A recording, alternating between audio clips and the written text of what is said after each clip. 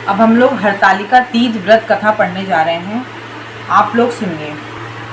हरतालिका तीज व्रत कथा, जिसके दिव्य केशों पर मंदार के पुष्पों की माला शोभा देती है और जिन भगवान शंकर के मस्तक पर चंद्र और कंठ में मुंडों की माला पड़ी हुई है, जो माता पार्वती दिव्य वस्त्रों से तथा भगवान शंकर दिगंबर वेश धारण किए हैं, उन दोनों भवानी शंकर को नमस्कार करता हूँ। कैलाश पर्वत के सुंदर शिखर पर माता पार्वती ने श्री महादेव जी से पूछा, हे माहेश्वर, मुझसे आप वह गुप्त वार्ता कहिए जो सबके लिए सभी धर्मों से भी सरल और महान फल देने वाली हो। हे नाथ, यदि आप भली भांति प्रसन्न हैं तो आप उसे मेरे सम्मुख प्रकट कीजिए। हे जगन्नाथ, आप आदि मध्य और अंत रहित हैं। आपकी माया का कोई पार नहीं है। आपको मैंने किस भांति प्राप्त किया है? कौन से व्रत, तप या ज्ञान के पुष्प फल से आप मुझको वर रूप में मिले? श्री महादेव जी बोले, हे देवी, यह सुनिए। मैं आपके सम्मुख व्रत को कहता हूँ जो परम गुप्त है। जैसे तारांगण में चंद्रमा और ग्रहों से सूर्य, वर्णों में ब्राह्मण, देवताओं में गंगा, पुराणों में महाभारत, वेदों में साम और इंद्रियों में मन श्रेष्ठ है, वैसे ही पुराण और वेद सब में इसका वर्णन आया है, जिसके प्रभाव से तुमको मेरा आधा आसन प्राप्त हुआ है। हे प्रिय, इसी का मैं तुमसे वर्णन करता हूँ। सुनो, भाद्रपद मास के शुक्ल पक्ष के हस्त नक्षत्र संयुक्त तृतीया के दिन इस व्रत का अनुष्ठान मात्र करने से सब पापों का नाश हो जाता है। तुमने पहले हिमालय पर्वत पर इस महान व्रत को किया था, जो मैं तुम्हें सुनाता हूँ। पार्वती जी बोली, हे प्रभु, इस व्रत को मैंने किस लिए किया था, यह मुझे सुनने की इच्छा है, तो कृपा करके कहिए। शंकर जी बोले, आर्यावर्त हिमालय नामक एक महान पर्वत है, जहाँ अनेक प्रकार की भूमि अनेक प्रकार के वृक्षों से सुशोभित है, जो सदैव बर्फ से ढके हुए और गंगा की कल कल ध्वनि से शब्दायमान रहता है। हे पार्वती जी, तुमने बाल्यकाल में उसी स्थान पर परम तप किया था और 12 वर्ष तक के महीने में जल में रहकर और बैसाख माह में अग्नि में प्रवेश करके तप किया। श्रावण के महीने में बाहर खुले निवास कर अन्न त्याग कर तप करती रही। तुम्हारे उस कष्ट को देखकर तुम्हारे पिता को बड़ी चिंता हुई। वे चिंतातुर होकर सोचने लगे, मैं इस कन्या की किससे शादी करूं?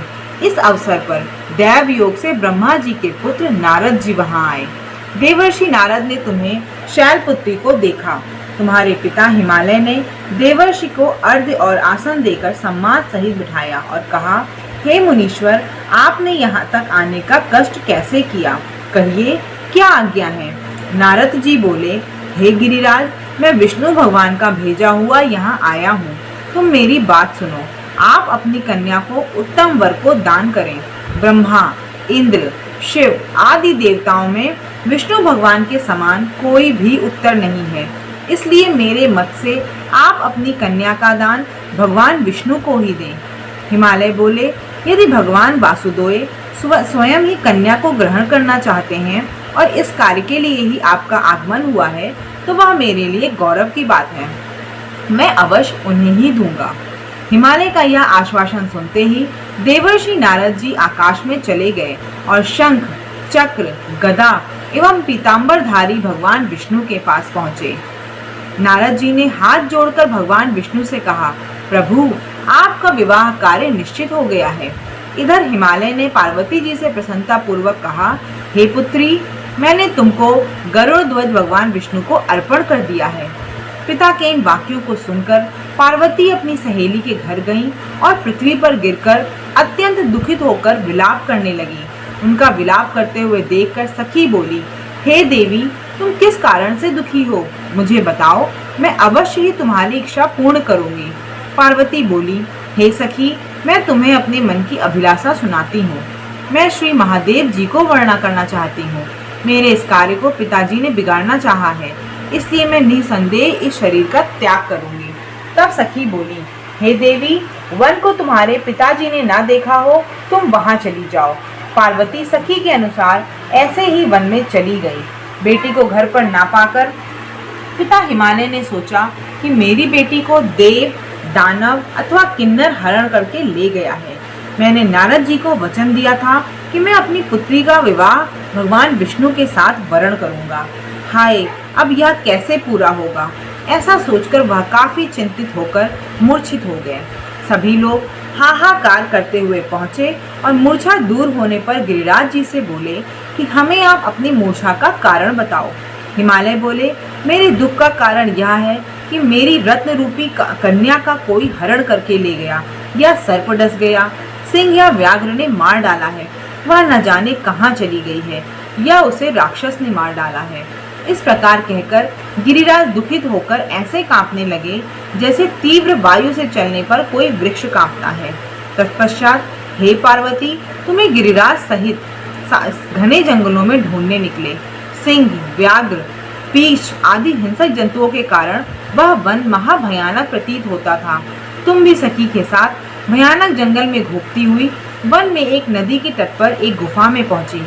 उस गुफा में तुम अपनी सखी के साथ प्रवेश कर गई, जहां तुम अन्न जल का त्याग करके बालू का लिंग बनाकर मेरी आराधना करती रही। उस समय पर भाद्रपद मास की हस्त नक्षत्र युक्त तृतीया के दिन तुमने मेरा विधि विधान से पूजा किया और रात्रि को गीत गायन करते हुए जागरण किया।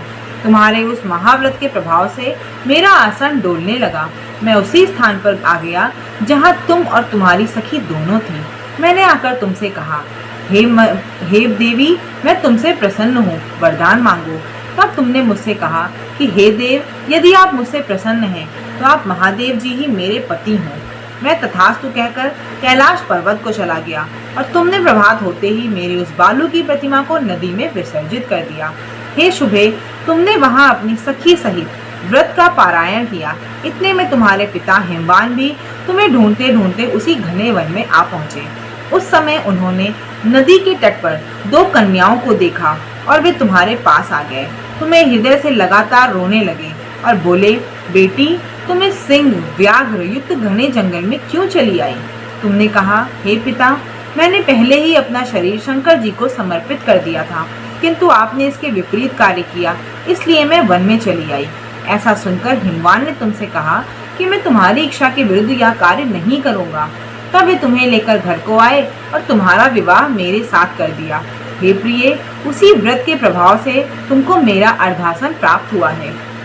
इस व्रतराज को मैंने अभी तक किसी के सम्मुख वर्णन नहीं किया है। तुमको सखी हरण करके ले गई थी, इसीलिए इसका नाम हरतालिका व्रत पड़ा।